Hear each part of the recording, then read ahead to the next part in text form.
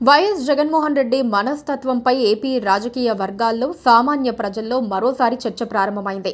జగన్మోహన్ రెడ్డి ఏడాది కిందట ఆత్మహత్య చేసుకున్న కార్యకర్త కుటుంబాన్ని పరామర్శించడానికి సత్తెనపల్లి వెళ్తూ బల ప్రదర్శన చేశారు.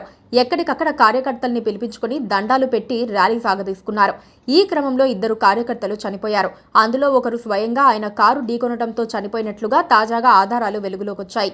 గుంటూరు శివారులో ఏటుకూరు రోడ్డు వద్ద జగన్ కాన్వాయ్ వచ్చిన సమయంలో కారు ఢీకొనడంతో సింగయ్య అనే దళిత వృద్ధుడు తీవ్ర గాయాల పాలయ్యాడు. అతన్ని రోడ్డు పక్కన పడేసి వైసీపీ కార్యకర్తలు వెళ్లిపోయారు. తర్వాత ఆయన ఆసుపత్రిలో చనిపోయాడు. ఆయనను ఢీకొన్న కారు జగన్ కాన్వాయ్లోనిది కాదని గుంటూరు ఎస్పీ సతీష్ చెప్పారు. కానీ ఎస్పీకి అలాంటి సమాచారం ఎవరిచ్చారో కానీ ఏ కారు ఢీకొట్టిందో దర్యాప్తులో సంచలన విషయాలు వెల్లడవుతున్నాయి. ఆ కారు జగన్ కాన్వాయ్లోనిది కాదు, స్వయంగా జగన్ కారే తొక్కేసినట్లుగా వీడియోలు వెలుగులోకొచ్చాయి. సింగయ్య చికిత్స పొందుతూ చనిపోయాడు. దాంతో అది హత్య కేసు అవుతుందన్న అంచనాలున్నాయి.